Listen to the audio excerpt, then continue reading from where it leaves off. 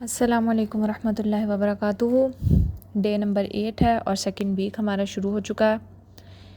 इसमें आज हम देखेंगे 2 मिथ्स के बारे में जो पेरेंटिंग के हवाले से हम नॉर्मली करते हैं। एक ये कि हम बच्चे को सक्सेसफुल देखना चाहते हैं और दूसरा ये कि हम बच्चे को एक हैप्पी चाइल्ड देखना चाहते हैं।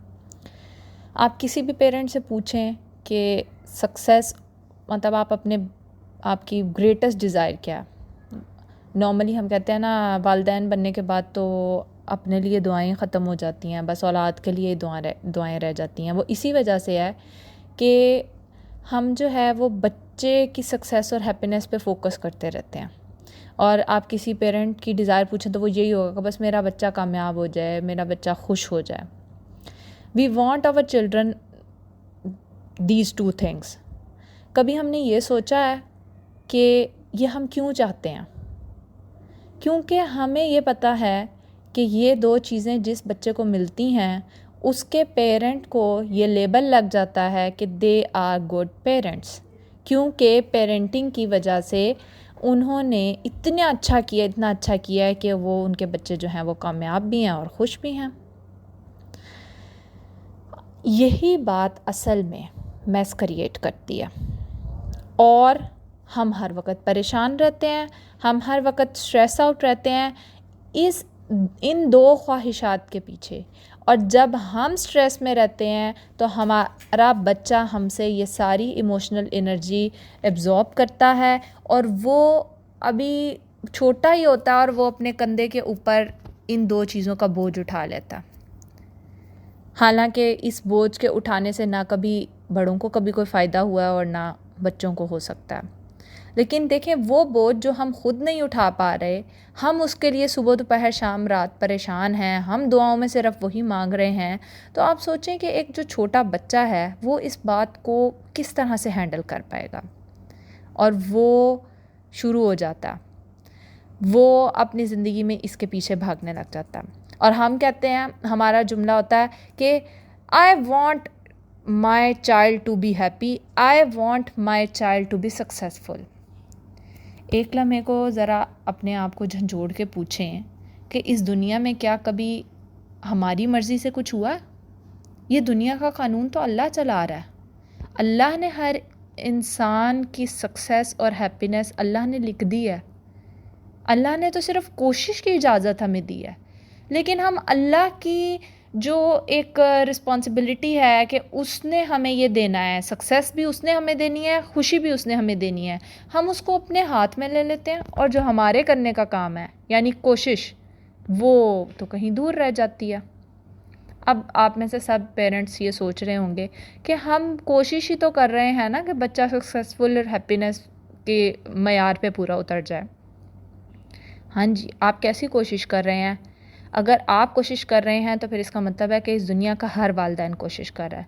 और अगर हर वालिदैन ये कोशिश कर रहा है तो फिर आज हर तरफ हर बच्चा anxiety, depression, unsuccessful, sad, miserable life क्यों गुजार रहा है?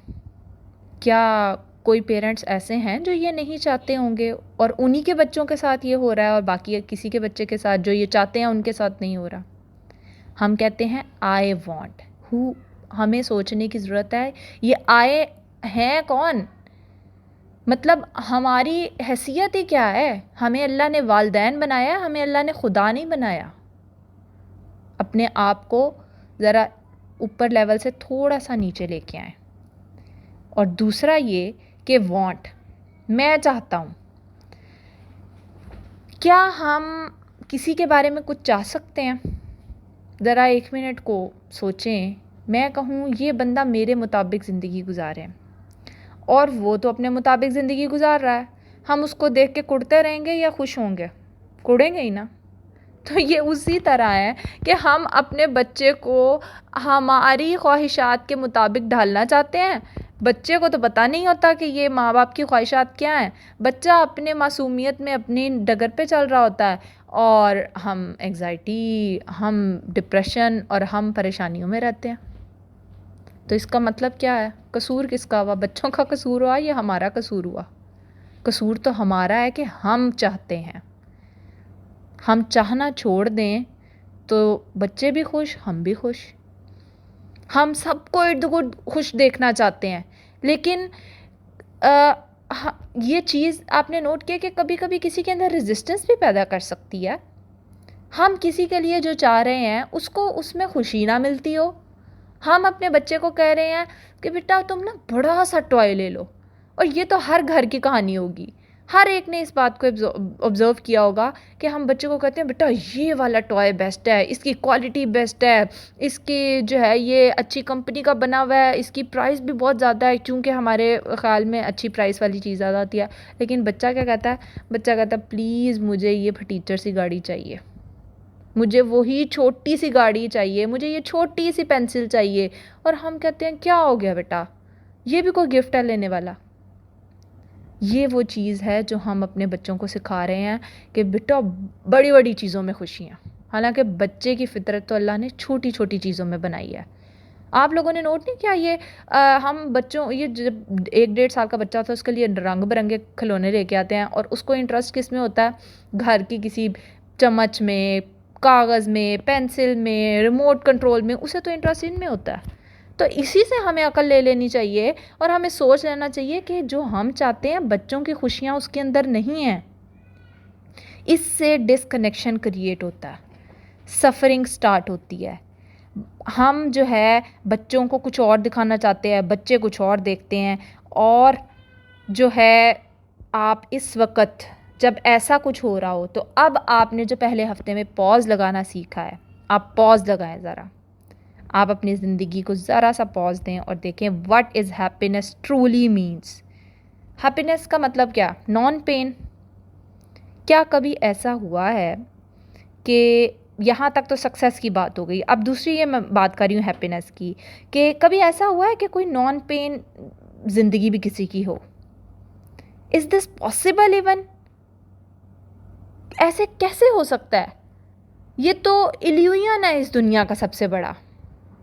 क्या आपने कभी नॉन पेन लाइफ गुजारी है? नहीं। तो फिर हम बच्चों के लिए ये क्यों पसंद करें? जो मुमकिन ही नहीं है हम वो पसंद कर रहे हैं। और जब हम ये करेंगे तो बच्चे किसके पीछे भागेंगे? बच्चे एक शराब के पीछे भागेंगे, वो शराब जो हम पेरेंट्स बच्चों को देते हैं।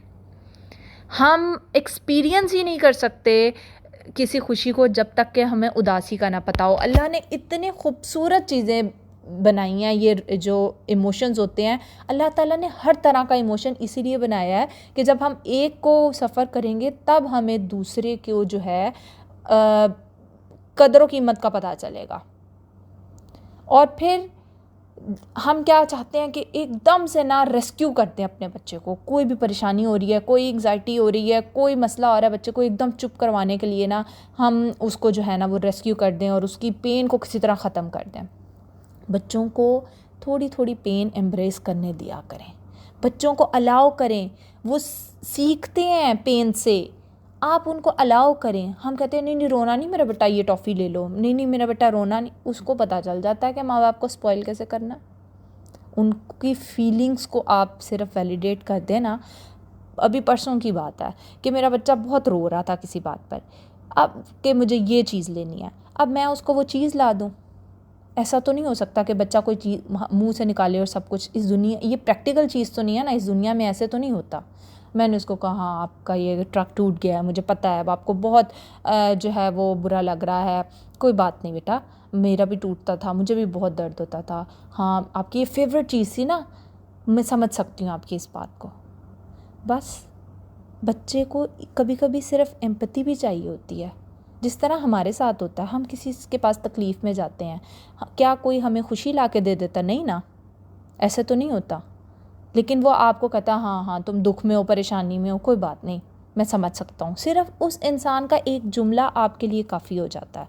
तो सेम इसी तरह बच्चों के साथ होता है। आप बच्चों को उनके सफ़रिंग को थोड़ा सा जो है वो अलाउ करें कि वो उस सफ़र करना सीखें। क्योंकि जब हम बहुत ज़्यादा पैम्पर करके एक बच्चे को रखते हैं ना, और वो बाहर की दुनिया में जब कदम रखता है तो फिर एकदम ताबड़तोड़ हमले पड़ते हैं उसके ऊपर और उसके पाँव डगमगाने लग जाते हैं। वो कहता है मैं तो पता नहीं किसी जन्नत में रहता था माँ बाप के पैरों के नीचे, ये क्या हो गया। आप अपने बच्चे को प्रैक्टिकल अप्रोच दें। और ये जो सोशल मीडिया की दौड़ है ना, ये हमें परफेक्शनिज़म की बीमारी में डाले हुए है।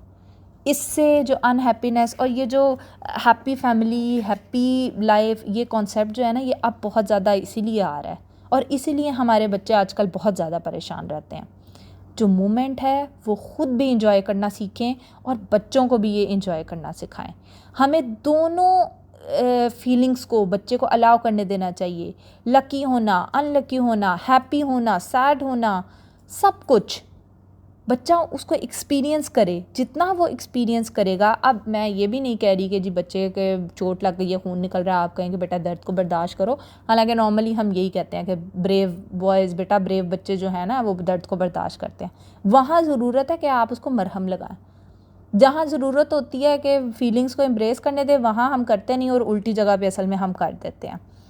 तो अपने ये जो हैप्पीनेस और सक्सेस का जो आपने बोझ उठाया हुआ है ना, इसको रिलीज़ करें, इसको लाइफ को एक्सपीरियंस करने के अंदर इसको एंगेज करें, अपने आप को इससे निकाल लें। हम फिर कहते हैं नहीं भाई सक्सेस यही है ना कि बच्चा एक पर्पसफुल लाइफ गुजारेगा, एक मीनिंग होगा, एक ऑथेंटिसिटी होगी उसकी ज़िंदगी में। तो मैं आपको बता दूं, बच्चे जो हैं ना वो ऑलरेडी पर्पसफुल लाइफ गुजार रहे हैं। हम हैं जो उनके पर्पसफुल लाइफ के अंदर टांगे अड़ा रहे हैं। ये जो हमने बनाया ना कि अमीर हो जाना या हर वक्त फर्स्ट नंबर पर आना, ये असल में जो है सक्सेस है। तो ये तो क्राइटेरिया ही गलत है।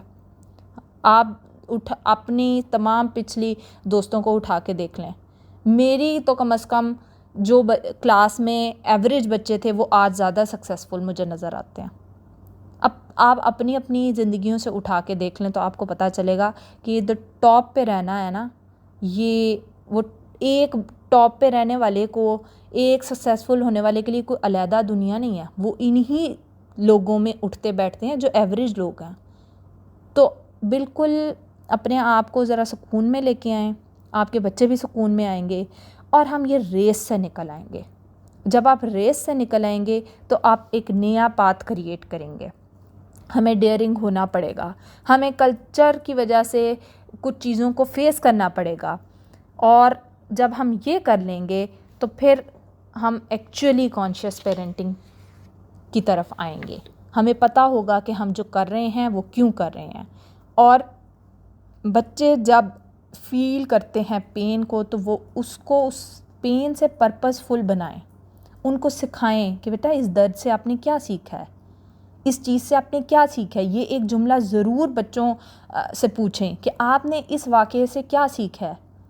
हमने कभी गौर ही नहीं किया कि हर वाक़या इस दुनिया में कुछ सीखने के लिए होता है। ख़ुद भी सीखें, बच्चों को भी सिखाएं और अगर आप ये सिखा देंगे तो यकीन माने आप अपने बच्चे को इस दुनिया का बेहतरीन गिफ्ट देंगे और वो होगा क़ुव्वत बर्दाश्त। आपने देखा हमारी यूथ में, हमारी जनरेशन में बिल्कुल क़ुव्वत बर्दाश्त नहीं है, क्योंकि हमारे पेरेंट्स ने हमें बहुत कवर करके रखने की कोशिश की है, ज़िंदगी का सब कुछ देने की कोशिश की है और उन्होंने अपने तौर पे बेस्ट किया। ये नहीं है कि उन्होंने गलत किया, लेकिन फिर भी हम में से आज मेजॉरिटी सफ़र क्यों कर रही है फिर? तो हमने हर वक्त माँ बाप के पैरों के तले तो नहीं रहना, हमें बाहर दुनिया में निकलना है। तो अपने बच्चों को इस तरह से तैयार करें, इंशाल्लाह बच्चे भी खुश रहेंगे और आप भी खुश रहेंगे। अब आते हैं आज के टास्क की तरफ। तो टास्क ये है कि आपने एक लम्हे को इमेजिन करना है कि आपका बच्चा गंदे ग्रेड्स लेके आया है और आप अंदर क्या फ़ील कर रहे हैं उसके ग्रेड लेके। बेशक आप उसके को डांट नहीं रहे, लेकिन एक्चुअल आपके दिमाग में क्या कौन सी घंटियां बज रही हैं। वो जो घंटियां आपके दिमाग में बजेंगी तो आपको पता चलेगा कि असल में आप कहाँ से सोचते हैं, आपका अनकॉन्शियस में आपके क्या चल रहा होता है। और आपने ये भी देखा होगा कि ऑलरेडी आप एक्सपीरियंस कर चुके होंगे कि गंदे मार्क्स जब आते हैं बच्चों के तो क्या होता है, आपका रिएक्शन क्या होता है। एक पहले तो आपने इमेजिन करना है, दूसरा आप अपना रिएक्शन खुद से लिखें कि आपने क्या रिएक्शन आपका रहा है। फिर आपने ये करना है कि आज सारे दिन में जब भी कोई इवेंट हो जिसमें बच्चा सफ़र कर रहा हो, इमोशनल पेन या डिस्कम्फर्ट या कुछ भी, आपने उसके अंदर कूदने की बजाय, फटाफट उसको रिजॉल्व करने की बजाय 2 मिनट चुप करके बैठ के देखना है कि बच्चा उस चीज़ को किस तरह से ले रहा है। और थोड़ा सा आप और ज़रा गहराई में जाएंगे इस चीज़ के तो आपको पता चलेगा कि आपको किस बात का डर होता है जब आप एकदम से बच्चों के मसाइल के अंदर कूदते हैं? किस बात का खौफ होता है? और जब आपको वो अपना खौफ पता चलेगा तो आप फिर उसको ओवरकम भी कर सकेंगे। और लास्ट काम आपने ये करना है कि आपने ये देखना है कि पेन और डिस्कम्फ़र्ट को आपके बचपन में किस तरह से डील किया जाता था और आज आप उसको किस तरह डील करते हैं जब भी पेन या डिस्कम्फ़र्ट का मोमेंट आता है। और आपने ये देखना है कि अपनी ज़ात के ऊपर आप ये किस तरह डील करते हैं और आप अपने बच्चों के ऊपर किस तरह डील करते हैं। आपको पता चलेगा कि तीनों चीज़ें एक ही पैटर्न पे चल रही हैं। तो हमें अपने पैटर्न्स को खुद ब्रेक करना पड़ेगा अगर हम चाहते हैं कि हमारे बच्चे आगे सफ़र ना करें, ट्रू हैप्पीनेस और ट्रू सक्सेस के मीनिंग वो समझ सकें। So we are the one जिन्होंने अपने पिछली चीज़ों को भी ठीक करना है और आगे भी ठीक मज़ीद करना है। तो मेरा ख़्याल है हम ज़्यादा अच्छे वॉरियर्स हम होंगे और इंशाल्लाह हम अपने बच्चों के लिए बहुत कुछ कर सकेंगे। यहाँ पे ख़त्म होता है, इंशाल्लाह मिलते हैं कल के लेक्चर में। अल्लाह हाफ़िज़।